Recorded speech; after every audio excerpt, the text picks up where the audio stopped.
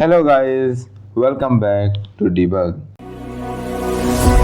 Let's start today's lecture. जैसा कि पिछले लेक्चर में हम लोगों ने पढ़ा था कि कंडीशनल ऑपरेटर क्या होते हैं, तो कैसे हम लोग अलग अलग कंडीशन रख के अपने इफ एल्स की जगह कंडीशनल ऑपरेटर से काम कर सकते हैं। आज देखते हैं कि कॉमा ऑपरेटर क्या होता है। सबसे सिंपल एक कॉमा कैसे अलग अलग तरीके से सी में या सी प्लस प्लस में इस्तेमाल होता है। So let's begin. कॉमा सी या सी प्लस प्लस में दो तरीके से कॉमा इस्तेमाल होता है, एक तो सेपरेटर के तौर पे और एक ऑपरेटर के तौर पे। कि कैसे दो स्टेटमेंट को सेपरेट करता है और कैसे उन्हीं दो स्टेटमेंट में वो ऑपरेटर के तौर पे भी काम कर जाता है। तो सबसे पहले देखते हैं कि सेपरेटर क्या होता है। सेपरेटर यानी कि दो स्टेटमेंट्स या दो एक्सप्रेशंस को सेपरेट करने वाला। So comma act as a separator when the variables are declared और व्हेन फंक्शन कॉल्स या डेफिनेशंस, या जब हम लोगों ने पिछले प्रोग्राम्स में वेरिएबल डिक्लेयर किए थे एक साथ, तो इंट ए कॉमा इंट बी लिखते थे, इंट ए कॉमा बी। इसका मतलब क्या था, एक ही लाइन में हम लोग दो वेरिएबल्स को डिक्लेयर कर रहे हैं और किस से सेपरेट करना है, इस कॉमा वेरिएबल से सेपरेट कर रहा है। तो यहाँ पे कॉमा क्या काम कर रहा है, यहाँ पे कॉमा सेपरेटर का काम कर रहा है। यहाँ पे a इक्वल टू 10 और b इक्वल टू 7 में को सेपरेट कर रहा है। और जैसे स्कैन एफ में भी हम लोग कॉमा का इस्तेमाल करते थे, स्कैन एफ परसेंटेज डी के बाद m%a कॉमा m%b।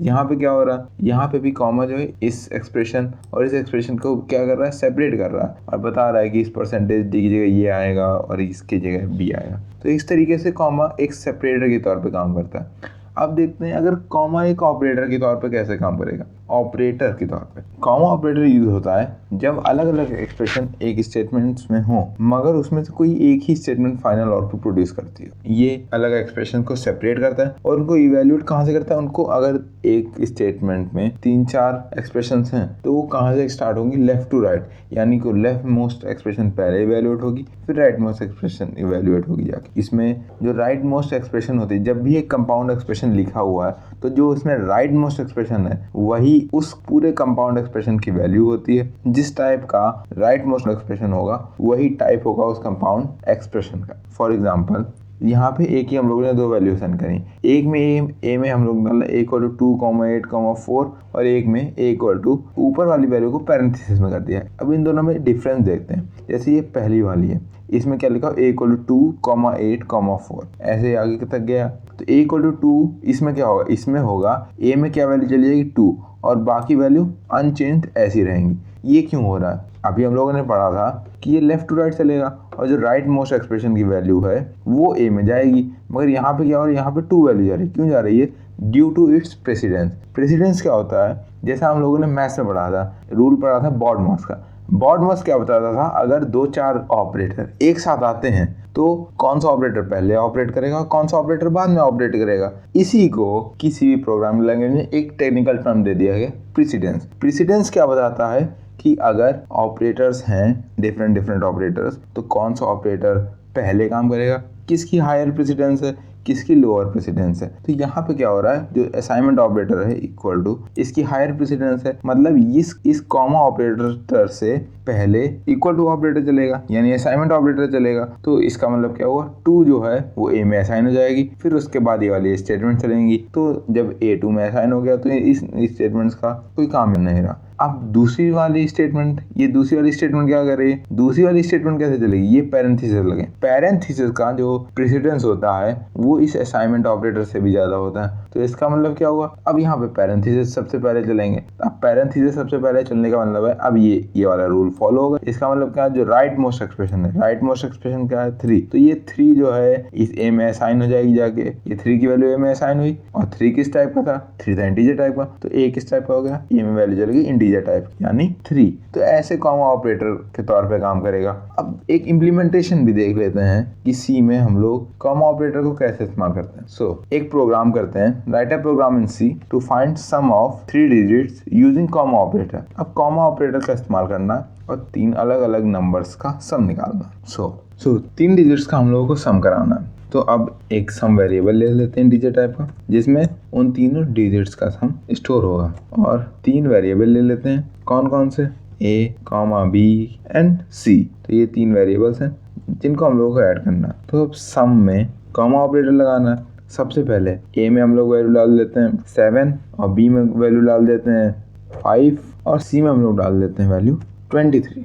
और अब इन तीनों का सम करा देते हैं, a plus B plus C. So comma operator की फंक्शनैलिटी के हिसाब से राइट मोस्ट एक्सप्रेशन है, इसकी वैल्यू सम में असाइन हो जाएगी। तो अब क्या कराते हैं, इसी सम की वैल्यू प्रिंट करा लेते हैं। सम किस टाइप का था, इंटीजर टाइप का था, सम की वैल्यू प्रिंट करा लेते हैं। तो चलाते हैं अब इस प्रोग्राम को, देखते हैं क्या आउटपुट देगा।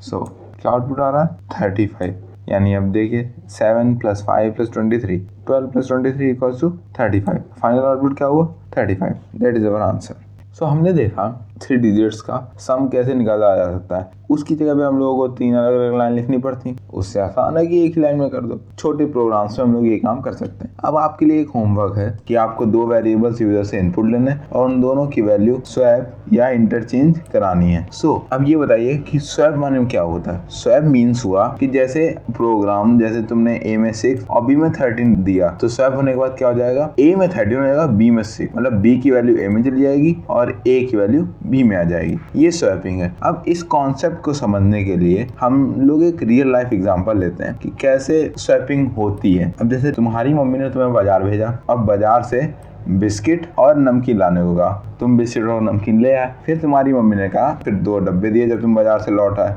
एक पे लिखा था नमकीन और एक पे लिखा था बिस्किट, और तुम्हारी मम्मी ने कहा बिस्किट वाले में बिस्किट डाल दो और नमकीन वाले में नमकीन डाल दो। मगर तुम्हारा टीवी पे एक प्रोग्राम आ रहा था, तुम्हें उसे देखने की जल्दी थी, तो तुमने जल्दी जल्दी में क्या किया, ये बिस्किट वाले को नमकीन वाले में डाल दिया और इस नमकीन वाले को बिस्किट वाले में डाल दिया। मतलब नमकीन बिस्किट में हो गया और बिस्किट नमकीन में हो गए। अब तुम्हें ध्यान आया, अगर मम्मी को ये पता चल गया कि तुमने डब्बे बदल दिए हैं, मम्मी से अब तुम्हारी डांट पड़ेगी। अब तुमने दिमाग लगाना सोचा कि कैसे बदला जा सकता है। अगर तुम नमकीन बिस्किट में मिला दो तो नमकीन का टेस्ट खराब, बिस्किट नमकीन में मिला दो तब भी नमकीन का टेस्ट खराब।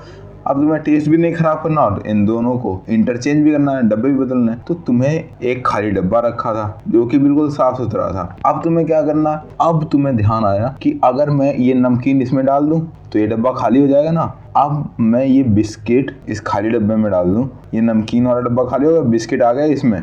अब क्या करें, अब यहाँ नमकीन थी ना, तो इस नमकीन को यहाँ से निकाल के नमकीन वाले में डाल देते हैं और ये बिस्किट वाला भी यहाँ खाली हो गया। अब इस बिस्किट को वापस बिस्किट वाले में डाल देते हैं, तो इससे क्या हुआ, अब नमकीन और बिस्किट इंटरचेंज हो गए। मम्मी खुश, तुम खुश, और अब जाके अपना टीवी प्रोग्राम देखो। अगर प्रोग्रामिंग में इसे समझा जाए तो अगर तुम्हारे पास एक वेरिएबल ए है और एक वेरिएबल बी है और इन दोनों की वैल्यू इंटरचेंज करनी है, तो तुम क्या करो, एक वेरिएबल सी लो जिसमें ए या बी में से कोई एक वैल्यू स्टोर करा दो और फिर ए में डालो बी की वैल्यू और बी में डालो सी की वैल्यू इंटरचेंज हो गई। यही तुम्हें वहां पे करना है। सो ये प्रोग्राम तुम्हें करना है 2 वेरिएबल्स को स्वैप कर। अब ये आपका होमवर्क है कि हम लोग कैसे इन 2 वैल्यूज को स्वैप करेंगे। So if you have any doubts please comment, and आपको इस लेक्चर के नोट नीचे डिस्क्रिप्शन में मिल जाएंगे। सो नेक्स्ट लेक्चर में हम लोग देखेंगे कि साइज ऑफ ऑपरेटर क्या होता है और कैसे हम लोग अलग अलग जो डेटा टाइप्स हैं उनके साइज पता कर सकते हैं। Thank you and please like, share and subscribe Debug